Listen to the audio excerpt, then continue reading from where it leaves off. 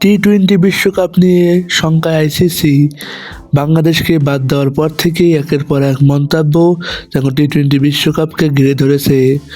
বিশ্লেষক থেকে শুরু করে গণমাধ্যম কিংবা সাবেক ক্রিকেটাররা একের পর এক কয়েক মন্তব্য করছেন সবাই। কারণ বাংলাদেশ এশিয়ার একটি পরাশক্তি দেশ।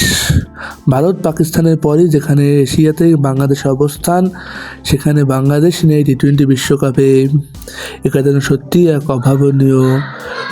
দর্শক থেকে শুরু করে ক্রিকেটারদের সামর্থ্য সবাই জানে বাংলাদেশের, যেখানে বাংলাদেশে রয়েছে বড় এক সমর্থক গোষ্ঠী।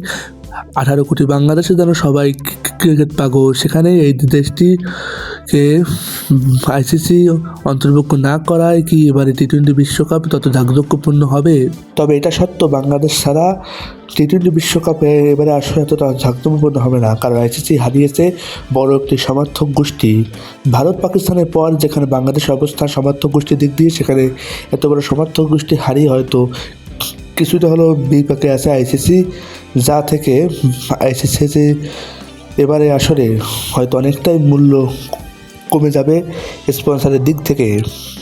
এবারে আসি, একের পর এক সমস্যা লেগেই আছে টি-টোয়েন্টি বিশ্বকাপে, যার ফলে এবারে আইসিসি টি-টোয়েন্টি ক্রিকেট বিশ্বকাপ নিয়ে শঙ্কায় আইসিসি। বিসিসি নিশ্চয়তা দিয়েছে তাদের ভেন্যুগুলো সকল প্রস্তুত, কিন্তু এখনও জঙ্গি হামলার যে নিশ্চয়তা নেই সেটা বলার অপেক্ষা রাখে না, কারণ বাংলাদেশের মতো দলকেও যেখানে জঙ্গি হামলার হুমকি দেওয়া হয়েছে, সেখানে কি আজও টি-টোয়েন্টি বিশ্বকাপ হতে পারে নিরাপদে? আপনার কি মতামত অবশ্যই কমেন্টে জানান বন্ধুরা। তবে কি বাংলাদেশকে ছাড়া এবারে আইসিসি টি-টোয়েন্টি বিশ্বকাপ অনুষ্ঠিত হবে?